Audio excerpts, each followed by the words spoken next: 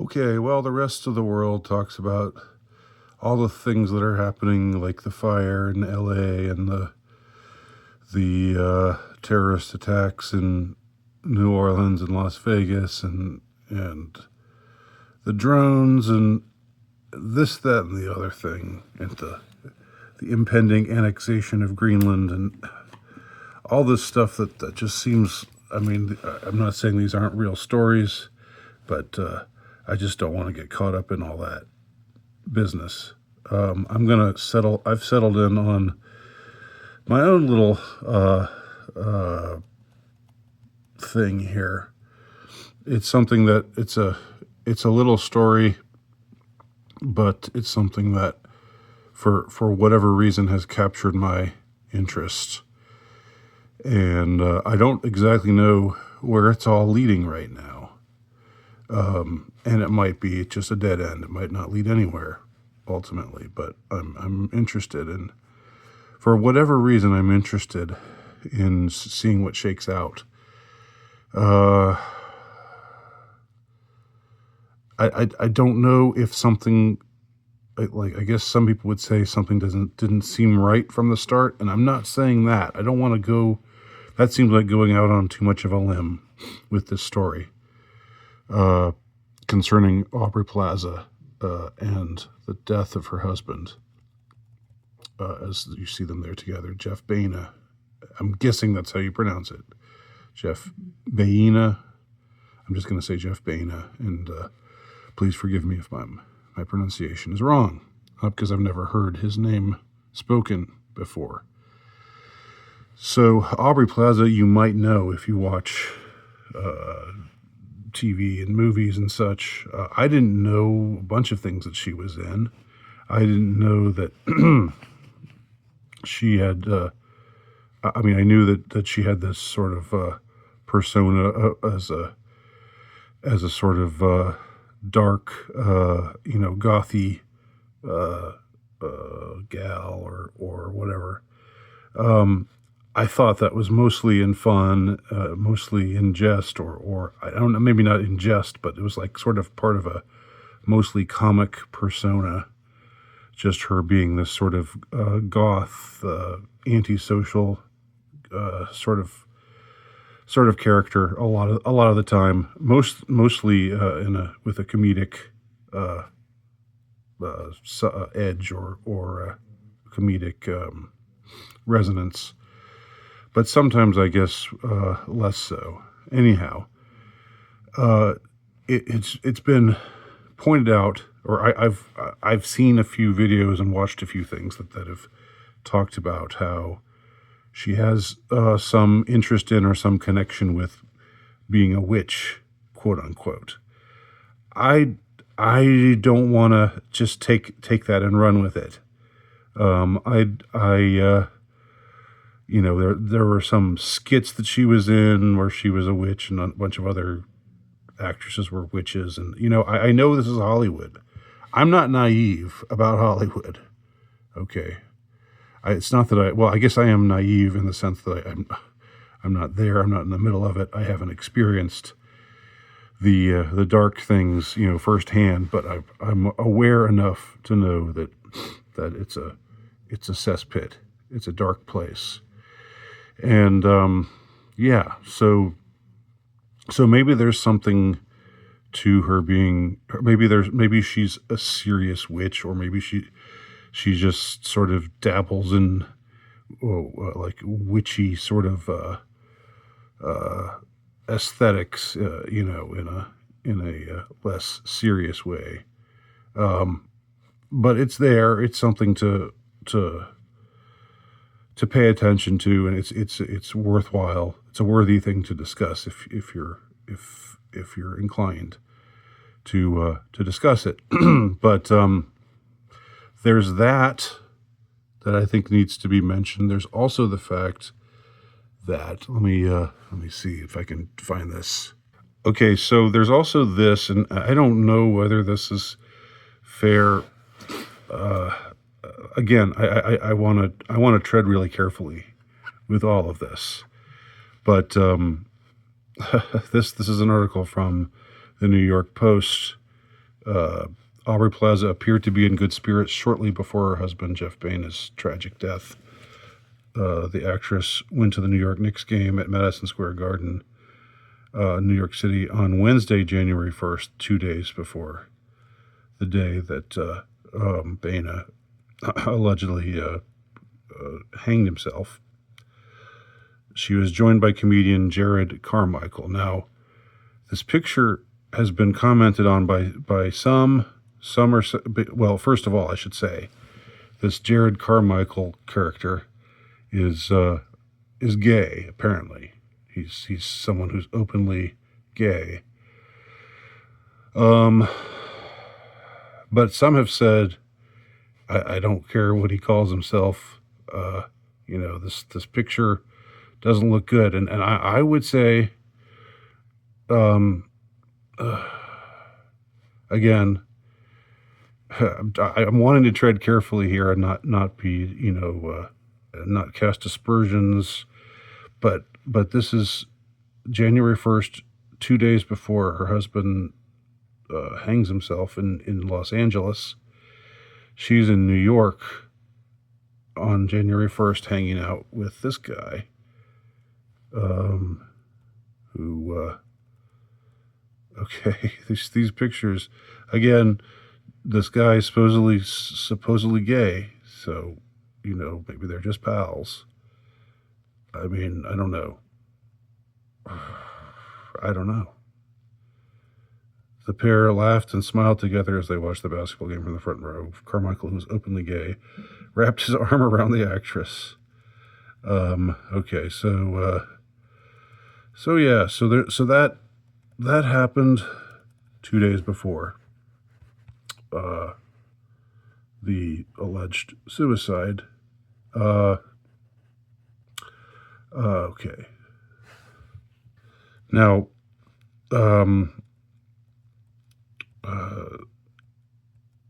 this is this article that was widely circulated a couple days after Baina's death. Aubrey Plaza. Now this is kind of deceptively worded. So you have to read between the lines here, I think. Aubrey Plaza has shared her first statement since the death of her husband, writer and director Jeff Baina. This is an unimaginable tragedy. We are deeply grateful to everyone who has offered support. Please respect our privacy during this time, Plaza said in a statement shared with People magazine. All right, so if this was shared in a statement, and that means that who knows who wrote it? A publicist? I don't know. This isn't Aubrey Plaza coming forward and speaking in her own words. This is her and the rest of his family, because it's we are deeply grateful to everyone who has shared support. Okay. She was going to be a presenter at the Golden Globes, but I guess she wasn't. Again, normally, I know this is Hollywood stuff, but it's the story that's the through line here. It's what keeps me riveted is the question, what's really going on here? So she didn't. This article, the way that it's written, makes it sound like she came out and said this, but these are very generic sort of words. This is an unimaginable tragedy. We are deeply grateful to everyone who has offered support. It sounds like it was written by a lawyer or a publicist or somebody like that. And I don't. Maybe she's so grief stricken that she doesn't want to show herself to the public. And that's understandable. There's something there again. I don't want to say there's something off about it, but it doesn't read right to me in some way. That's all. Maybe I'm wrong. Maybe I'm mistaken.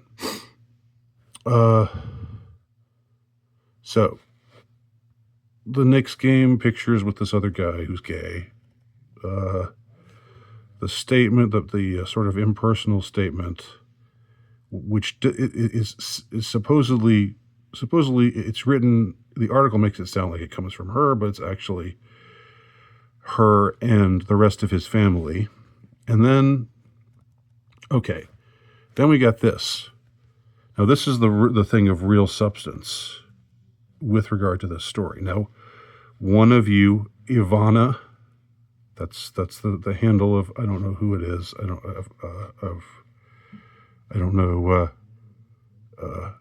who you are, but I do want to say thank you for letting me know that there's a blind item on Crazy Days and Nights.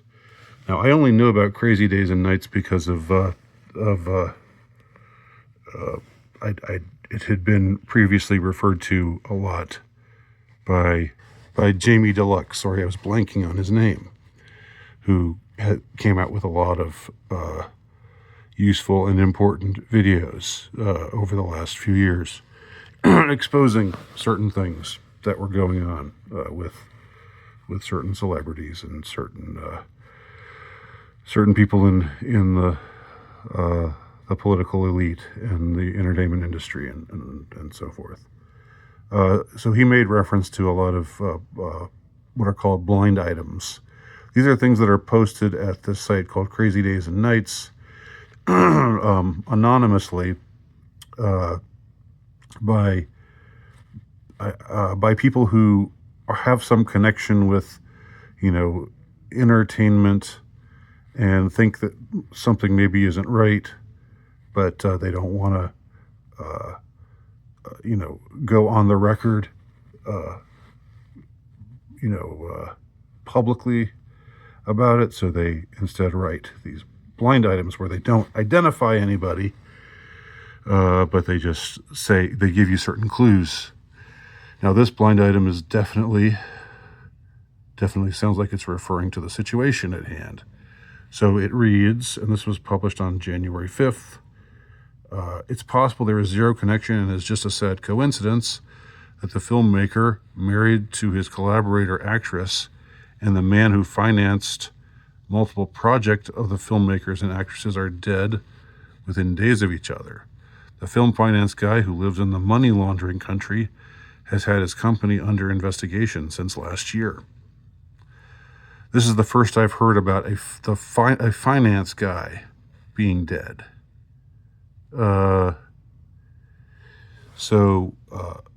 Luckily, I would have had no clue who this person was, but luckily someone in the comments gave his name, and his name is William Santor. Okay, William Santor dies. Film financier who backed the retirement plan in the little hours, found unresponsive in Cayman Islands home. That blind item, you'll remember, made reference to the money laundering country. The Cayman Islands sounds like that. So, film financier William Santor, best known for bringing Hollywood titles such as The Baker and The Retirement Plan to his adopted home of the Cayman Islands, died December 28th. He was 50. His death was confirmed by the Royal Cayman Islands Police, blah, blah, blah. Canadian-born financier was found unresponsive at his home. He was pronounced dead at the Cayman Islands Hospital. Officers are investigating. So he died under unknown circumstances. In a statement deadline, the police said they are carrying out an investigation surrounding the sudden death of a 50-year-old man who was a Canadian citizen residing in the Cayman Islands. Okay, so that's pretty that's pretty official sounding. That's pretty generic sounding. The matter is an active investigation, and all lines of inquiries are being carried out. Okay, so they don't say it was just an accident or whatever. They don't know the cause of his death, and they say they're investigating all possibilities. So, and this is the guy who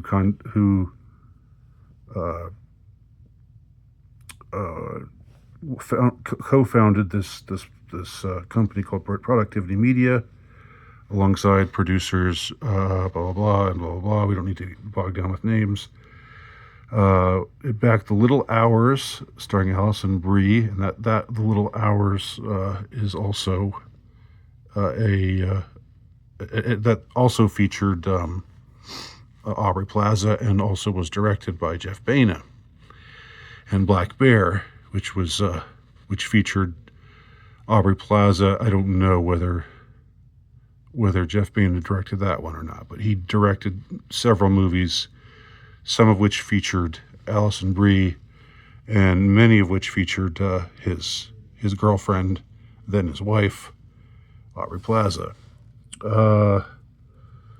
So this guy, anyway, there's lots more about him in this article, but the company was later okay. Here's some worthwhile stuff as well. At the time of his death, Santor had been suspended from his role as CEO following allegations